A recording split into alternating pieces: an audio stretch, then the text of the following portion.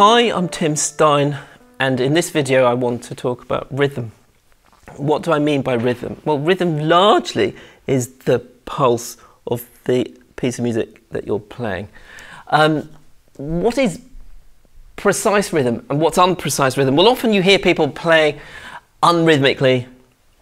If I play this short example by Carl Philipp Emanuel Bach, this little Polonaise, hopefully I will play it rhythmically and then I will play it again unrhythmically, and you should be able to see the difference.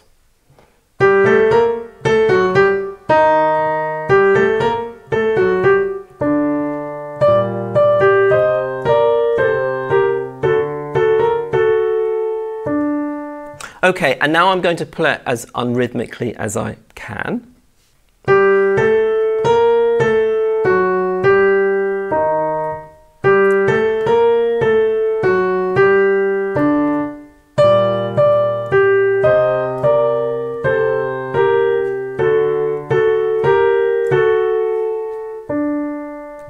Well, in the first one, I was trying to be as exact rhythmically as possible. And in the second one, you should have been able to hear that it really wasn't in time. Now, how do you develop your sense of rhythm? It's always been said that some people have it naturally and others don't. Well, actually, I don't subscribe to that view. I think you can always develop your basic sense of rhythm. The most important thing is that when you're playing a piece of music, you always want to know where that music is going. And so what you really want to do is to follow the natural line, the natural phrase of the music. And that's the point that you want to aim towards. And obviously you need to be able to count the piece that you're playing. You need to be able to time it exactly. Now that rhythm can vary even if you count a piece exactly. But the first thing you want to do is to tap out the rhythm so that you know exactly how it goes. And again, if we look at this piece, we can see that it's made up of semiquavers and quavers and crotchets. So you want to tap out one bar at a time very slowly. Now my tip is always, when you're tapping out something, you always tap to the first note of the new bar so that you don't stop where you see a bar line. So if I show you what I mean,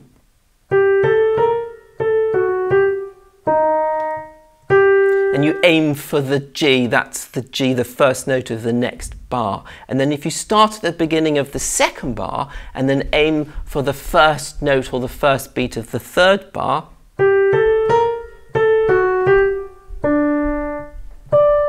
and then you can put the two bars together so that there's always a sense of musical flow, there's always a sense of direction.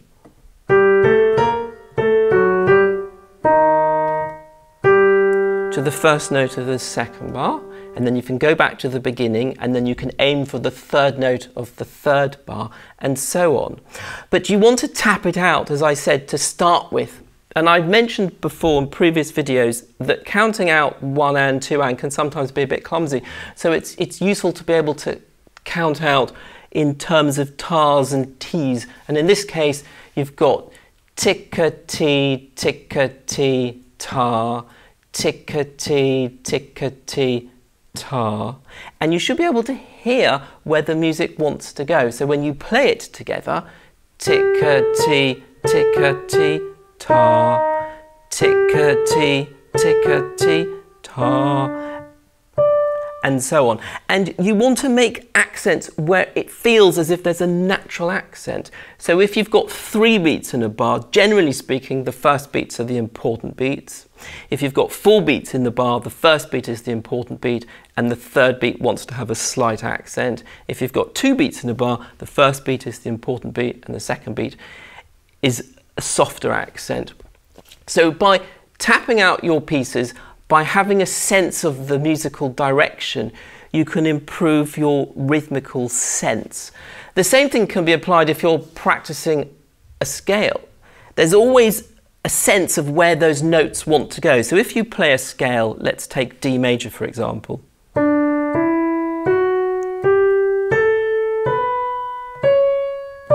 Now I haven't played that particularly rhythmically, but if you play it rhythmically,